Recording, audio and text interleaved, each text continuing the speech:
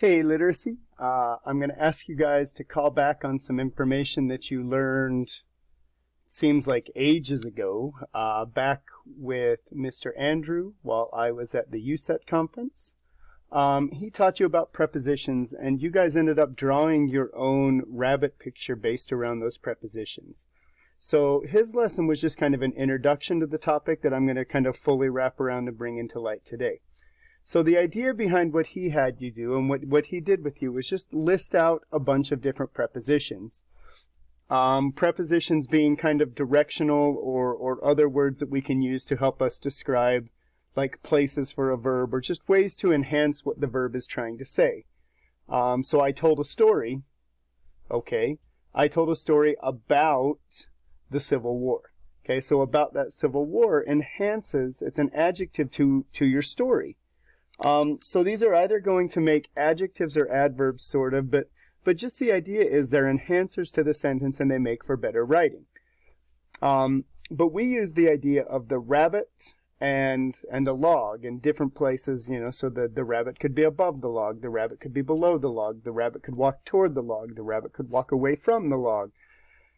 It could be beside the log, it could be in the log, it could be out of the log, it could walk into the log, it could walk out of the log, it could jump over the log, it could crawl under the log, and so on and so on and so on. So that's what you kind of drew your picture about, was just familiarizing yourself with those prepositions. We're going to take that a step further now and actually look at the whole prepositional phrase. Now, a prepositional phrase is going to include the preposition. So that was that entire list we had right back there, and that's probably still not even all of them. That's just a list of a lot of, you know, I went up the tree, I went down the tree, I'm near the log, I'm outside my house, and so on and so on. Okay, so the prepositional phrase is going to start with a preposition, and it's going to end with either a noun or pronoun. So to follow our theme of the bunny, which we'll have for most of this lesson, the bunny sat in the box. So our prepositional phrase there is describing where the bunny sat. So in is our preposition, and in the box would be our prepositional phrase. So in the box is our prepositional phrase. There's one extra little vocabulary word we're going to add to this whole thing, and that's just the object of the preposition. That's the fancy word for the noun or pronoun that will follow the preposition to create the prepositional phrase. So the bunny sat at the table. At the table is my prepositional phrase, and table would be my object of the preposition. So you kind of see what we're going at here. It starts with that preposition, at the table is our prepositional phrase, with table being my object of the preposition.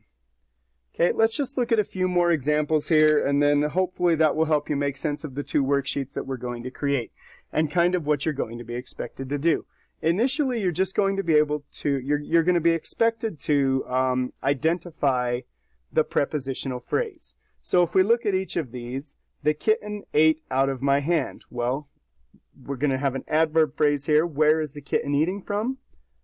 Out of my hand. So that's your prepositional phrase. The dog ran beside my bike. What do you think the prepositional phrase is in that sentence? Okay, hopefully you're thinking about where the dog ran beside my bike. Okay, and one more here, and I'm just going to move myself out of the way a little bit so you can see what's going on in the picture there.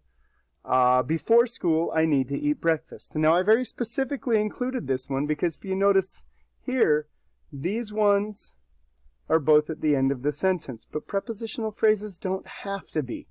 Okay, so you need to eat breakfast. Okay, but when are we eating?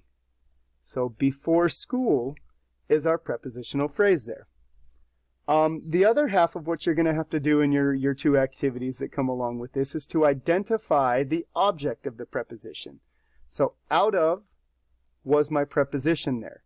Beside is my preposition here. Before is my preposition there. What is the noun or pronoun that follows each of those? So the kitten ate out of my hand. hand is the actual noun there. My is a preposition kind of describing what hand. The dog ran beside my bike. What is the object of the preposition for beside my bike? Hopefully you said bike. And then before school I need to eat breakfast. What is the object of the preposition for that? So before school, before is my preposition. This one's an easy one because there's only one other word. Before is your preposition. School is your prepositional phrase. The one last thing you're going to have to be able to do, which isn't too difficult, you're going to have to be able to add on your own prepositional phrase to a sentence. So if you are given a sentence like, I sat, and that's just going to be a super easy one, sorry, because I'm coming up with it on the spot. Okay, you're going to have to write a preposition, a prepositional phrase that describes where you sat. So you might say, I sat on the couch.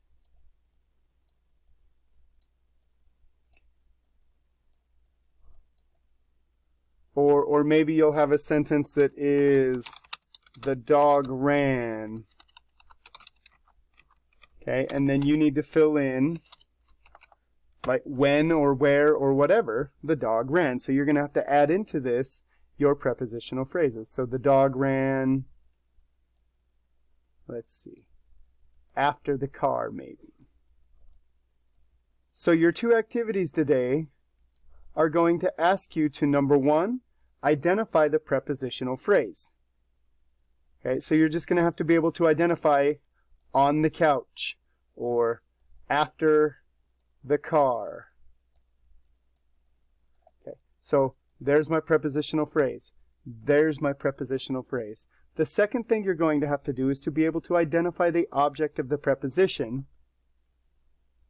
Couch, car.